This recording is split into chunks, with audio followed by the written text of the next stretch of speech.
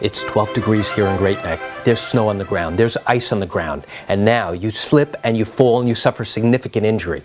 Is there ever an instance where you slip and fall outside where you could be 100% responsible for your own injury? You want to know the answer?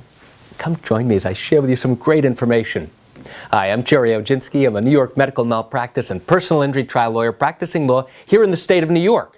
These slip and fall cases occur all the time. Somebody's walking in a parking lot, they're going back to their car, they're walking down the sidewalk, and now there's a patch of black ice and they slip out, and all of a sudden they suffer an injury. Maybe they hit their head, maybe they break their leg, some type of injury that causes them to go to the hospital. Maybe they need surgery.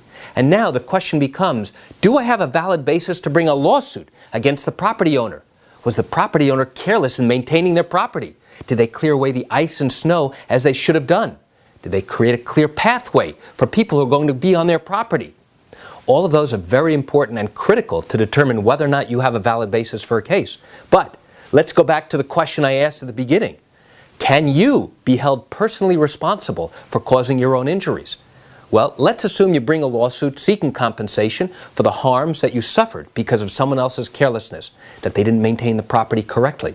And now the defense turns around and says, hey, don't blame us. We did everything we were supposed to do. We salted, we sanded, we plowed, we shoveled. And now there was plenty of light available for anybody walking by to see what was going on. Now they're going to turn to you and say, hey, you're responsible for your own injuries. You weren't paying attention where you're walking. You didn't look down. You didn't look up. You didn't see what was around, what was there to be seen. And if you didn't do that, you can also be held legally responsible for your own injuries. So it is possible, depending upon the facts, depending upon what went on, what was there, what wasn't there, it is possible that the defense can turn the case around totally to point the finger at you, the injured victim, to say, hey, don't blame us. You're the one at fault. Maybe you were texting on your phone, you weren't paying attention. Maybe you were on the phone talking to somebody, you weren't watching where you're going. There could be lots of reasons. But I guarantee you the defense is going to turn it around and say, hey, we did everything right.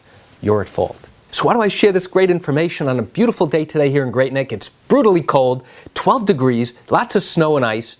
Because this happens, and I get calls all the time from people who say, listen, I slipped and fell. I need to know whether or not I have a valid case.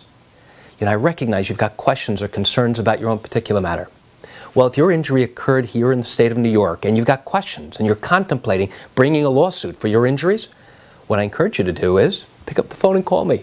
I can answer your legal questions. This is something I do every single day, and I'd love to chat with you.